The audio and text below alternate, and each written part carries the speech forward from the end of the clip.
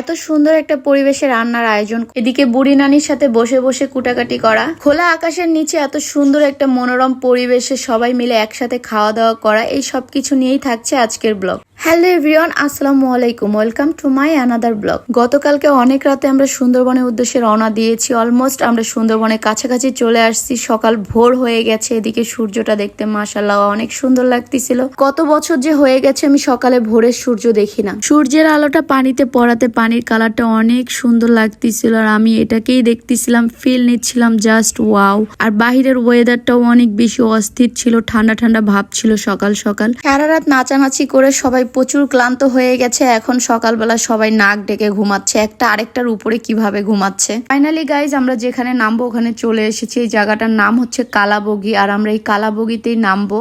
এখানে আমরা নামার পরে একটা ঘটনা ঘটেছে, সেটা হচ্ছে এখানকার যে কেয়ারটেকার সে এসে আমাদেরকে বলতিছে এখানে সাউন্ড বক্স বাজানো যাবে না, আপনারা গান চালায়া কেন আসছেন এখানে, এখানে তো গান চালানো নিষেধ, এখানে কোনো রান্নার আয়োজনও করা যাবে না, চুপচাপ আসছেন, চুপচাপ সাইলেন্ট ভাবে এসে সবকিছু দেখে দুখে দেন আবার চলে যাবেন। তার এসব কথা শুনে তো মন মেজাজ খুবই খারাপ হয়ে গেল। তারপরে চিন্তা করলাম না, এখানে আর থাকা যাবে না। আমরা আবারও সামনের দিকে রওনা দিয়ে দিলাম, দেখি সামনে কোনো একটা স্পেস পাই কিনা যেখানে আমরা রান্না বান্না করতে পারবো। আমরা বাসা থেকে প্ল্যান করে গিয়েছিলাম যে সুন্দরবন কালাবনে গিয়ে নাম্বার এখানেই পিকনিকের খাবারের আয়োজনটা করব, রান্না বান্না করব। বাট এখানকার মানুষ যে এতটা বাজে আর এতটা চারালের মতো ব্যবহার করে সেটা এখানে না আসলে আমি বুঝতে পারতাম না। কিছু দূর সামনে গিয়ে আমরা একটা সুন্দর স্পেস পেয়েছি যেখানে আমরা রান্না বান্না করতে পারবো। আপনাদের ভাইয়া আগে ঘুরে আসছে, দেখে আসলো যে এই জায়গার পরিবেশটা কেমন। সবকিছু মিলিয়ে এই জায়গাটা অনেক বেস্ট মনে হয়েছে তার কাছে। সে এসে যখন আমাকে বললো তাই আমি বললাম যে ঠিক আছে তাহলে এখানেই আমরা সবাই দাঁড়াই। তো এখানে আমরা বোটটা নিয়ে দাঁড়িয়ে পড়লাম। দেন এখানে আমরা সবকিছু নামিয়ে ফেলতেছি এক এক করে। আমরা এখানে যেহেতু রান্না করব, রান্নার আয়োজন হবে আমাদের। খুলনা থেকে আমরা বাবুর্চি নিয়ে এসেছিলাম যে কিনা আমাদেরকে রান্না বান্না করে এখানে খাওয়াবে। সে সকালের আয়োজন, দুপুরের আয়োজন সবকিছুই সে নিজ হাতে করবে, তাই আমরা বাবুর্চি নিয়ে এসেছি। চাইলে আমি আর আপনাদের ভাইয়াও কিন্তু রান্না করতে পারতাম, বাট চিন্তা করলাম যে আমরা যদি রান্না বান্না নিয়ে ব্যস্ত থাকি তাহলে আমাদের সারাদিনটাই মাটি হয়ে যাবে, আমাদের ঘোরাঘুরি হবে না। এই জন্য আমরা বাবুর্চি নিয়ে এসেছি যাতে বাবুর্চি রান্না বান্না করে আর আমরা একটু সময় পাই ঘোরাঘুরি করার। পিকনিকের মজাই হচ্ছে এটা যে যেখানেই যাব সেখানে সবকিছু নিয়ে রান্না বান্না করে খেয়ে আসবো, আর এইটাই হচ্ছে পিকনিকের মূল আনন্দ। পাগলটা যখনই সময় পায় তখনই আমার সাথে একটু দুষ্টুমি করা শুরু করে দেয়।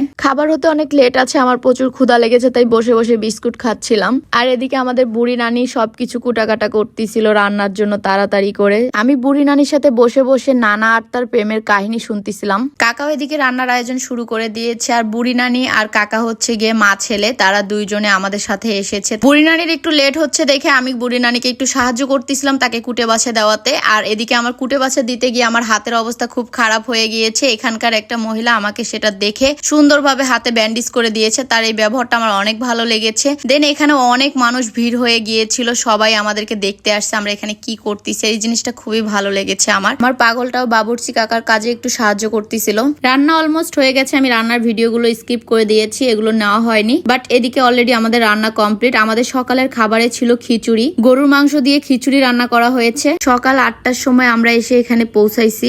বাট আমাদের আয়োজন করতে আর কুটা বাছা করে রান্না করতে করতে অলমোস্ট বেলা 11টা বেজে গিয়েছিল। পোলাপাইন তো খাওয়ার জন্য আতলাত ছিল, তারা অনেক বেশি ক্ষুধার্ত ছিল। সবাইকে এক এক করে নিজ হাতে খাবার বেড়ে দিচ্ছিল বাবুর্চি কাকা। এদিকে আমার ছোট ভাইও চলে আসছে খাবার নিতে। সে তো ক্যামেরা দেখে বলতেছে ক্যামেরায় কি করিস। আমি বললাম তুই যে এত সুন্দর করে এখানে খাবারটা নিবি, এটা যদি ক্যামেরায় ফোকাস না করি তাহলে কি হয়। এখানে আরো ক্যামেরার পিছনে অনেক মানুষ ছিল যাদেরকে আমি ক্যামেরায় নেইনি। আমার গুড়িমাটাও চলে আসছে খাবার নিতে, ওরও অনেক বেশি ক্ষুধা লেগে গেছিল। এখানে সবাই খাবার নিচ্ছে, আর আপনাদের ভাইয়াকে আমি খুঁজে পাচ্ছি না, সে কোথায় জানি গেছে হারিয়ে। পরে ওরে চিল্লাই ফেলায় নিয়ে আসছে, এই যে দেখেন এখন সে চলে আসছে এখানে খাবার নিতে। খাবার নেওয়ার পরে সে এখন আমারে খুঁজতেছে যে আমি কোথায়, আমি তো ক্যামেরার পিছনে, ভাই আমারে তুমি খুঁজে কি পাইবা। যাই হোক ও এখান থেকে খাবার নিল, খাবার নিয়ে ও এখন আমার প্লেটটাও সাজাইছে, বলতেছে তুমি নাও। পরে আমি বললাম তুমি খেতে থাকো আমি নিচ্ছি। এরপরে আমি সবাইকে এখানে এক এক করে শশা দিতে চলে আসলাম।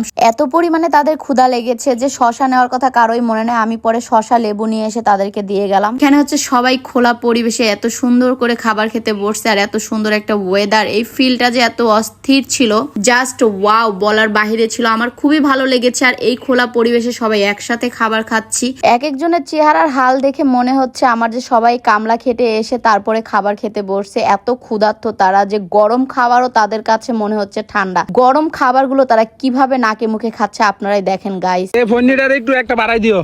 প্লেটটা আলগি দিয়ে রাখছে, দাও একটা বাড়ায় দাও।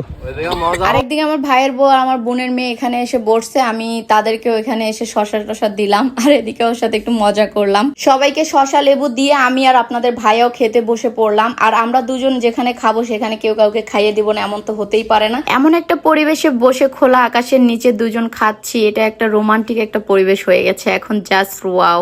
আমার কাছে তো অনেক ভালো লেগেছে, আপনাদের কেমন লাগলো অবশ্যই কমেন্ট করে জানাবেন। সো গাইজ, আজকের মতো এখানে ভিডিওটা শেষ করছি। নেক্সট ভিডিওতে আপনাদের সাথে আবারও দেখা হচ্ছে, সেই পর্যন্ত সবাই ভালো থাকবেন, সুস্থ থাকবেন, আল্লাহ হাফেজ।